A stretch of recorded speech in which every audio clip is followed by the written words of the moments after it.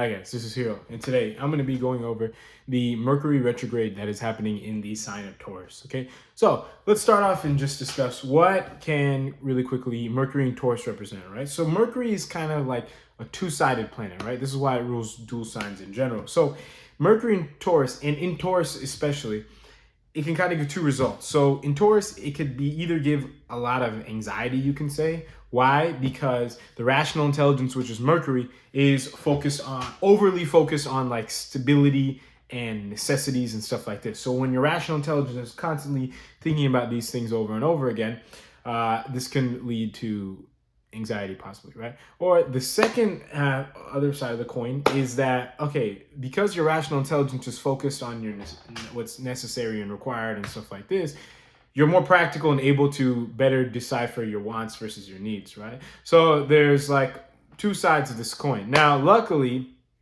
for this transit, Mercury happens to, based off of the holistic picture, right? Because as you guys know, when it comes to these transits, I look at the general bigger picture of things.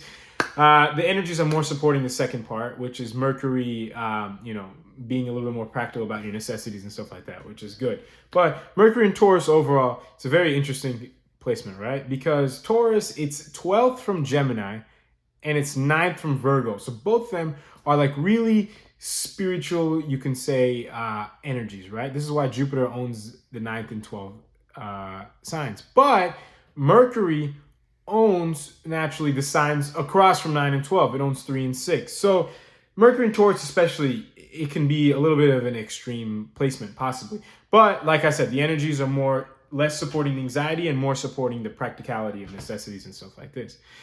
Now, why do I say this? Well, I'll start off first. Mercury's in Taurus. So where's Venus, which rules Taurus? Venus is in Pisces. It's exalted. This is good.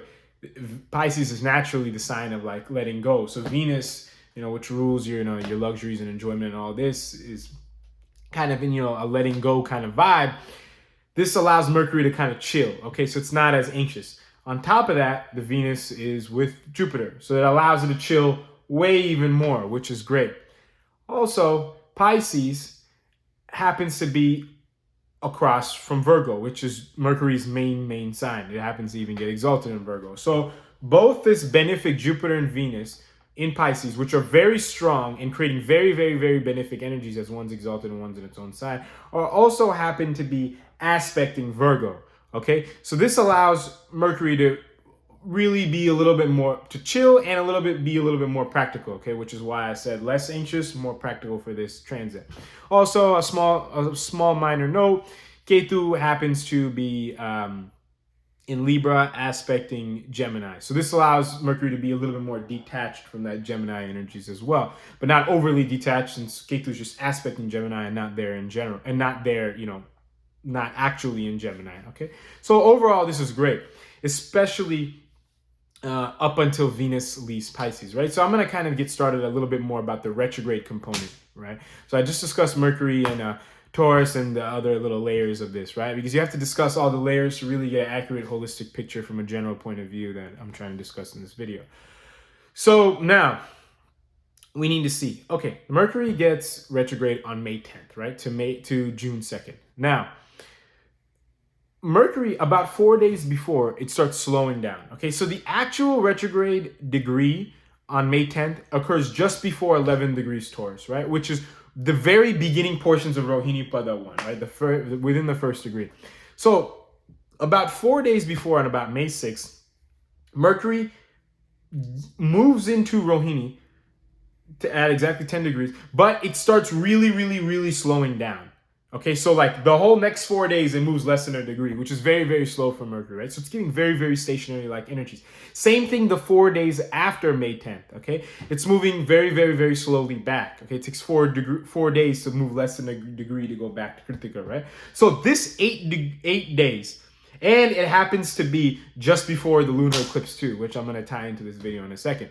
So these 8 days, it's moving, has very, very, very stationary-like energies through Rohini Pada 1, right? So what does this mean looking at the general bigger picture of things? So Mercury, which is the rational intelligence, it's kind of developing a very, very aware, strong thought process on what we need to do, or it's kind of going to start generating some ideas on, how the mind can be a little bit more stable, right? Because this is what Rohini represents in general. Rohini represents kind of the stability of the mind, which is why, Moon gets maximum exaltation in Rohini, okay?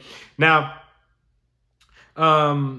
so Mercury is going to kind of use its rational intelligence to start generating these ideas, right? Which is very, very, very great because the sun is in Aries, so your ego is also able to make the changes. Your Saturn and Mars is in Aquarius, so the changes can kind of be made based off of the rational intelligence, which is Mercury kind of generating these ideas on how the mind can be a little bit more stable. Okay, so this you can use as you please. Okay, I would prefer that you guys use it a little bit more properly and really take advantage of these stationary energies of Mercury and Rohini Pada 1, right?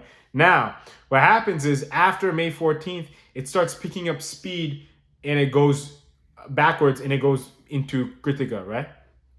Now, also what happens is that next day, there's a lunar eclipse, right? So the lunar eclipse energies are very strong here because the lunar eclipse happens just when sun and moon change signs. Okay, moon goes into debility and sun gets out of exaltation, right?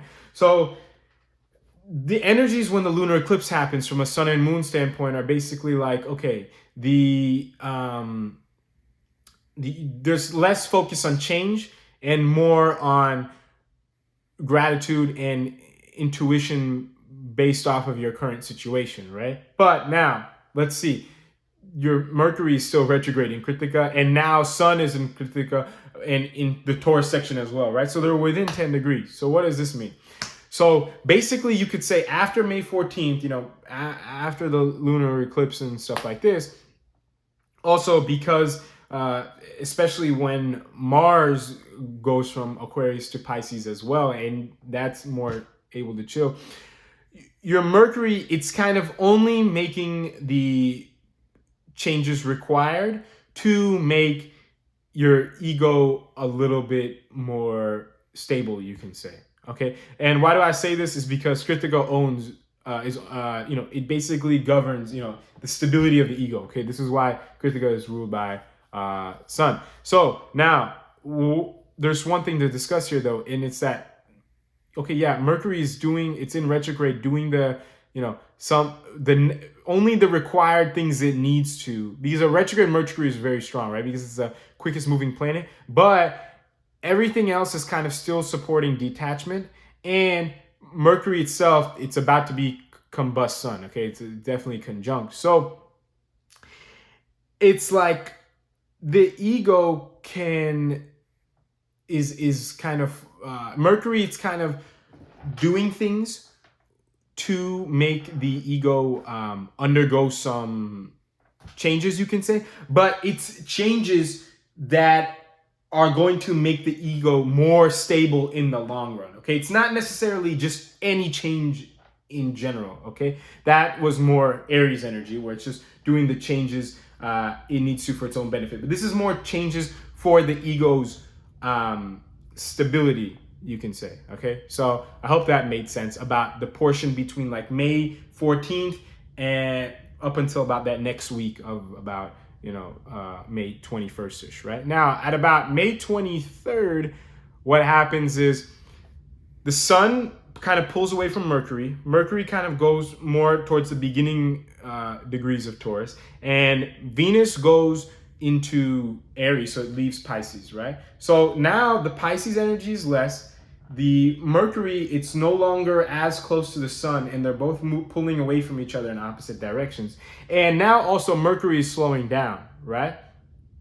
So now what does this mean? So the sign lord of Taurus, it went from Pisces kind of relaxed to Aries making new changes, right? So that's a key component here. Now, also Mercury is not combust with Sun, and Mercury, it's not quite moving as fast now during that last, 7 to 10 days. It's starting to slow down, in Taurus, right? So it's basically saying okay, we're slowing down. We're not necessarily only making, the harsh changes we need to so that the ego is stable in the long run, But now we're kind of thinking, okay, what we're just kind because it's moving a little bit slower now too, so it's not as sharp. But the Mercury kind of starts getting the ball rolling, and your thought process kind of starts adapting the mindset of, okay, what changes can we make for the ego that is also going to allow us to enjoy, right? Because that's what Venus in Aries, represents. What, like, the planet of enjoyment is going into the sign of Aries of changes. But Mercury's moving slow, so it's not creating as harsh, drastic changes, right? It's kind of just starting to think generally about this, right? And then, more of the quicker changes, I guess you can say, will come when, after Mercury picks up some speed going back forward. Then, as Venus is still in Aries, then, we can make more the changes for the, just in general on, how we can overall get more enjoyment in our life. Okay, like we can use our Mercury to, just really think how we can, we can provide more, stable enjoyment, you can say, in our life going forward. But that's kind of when, afterwards, when Mercury, goes, progressive forward motion after the retrograde. And, we're obviously doing this in a more practical manner, right? We're seeing, okay, how we can,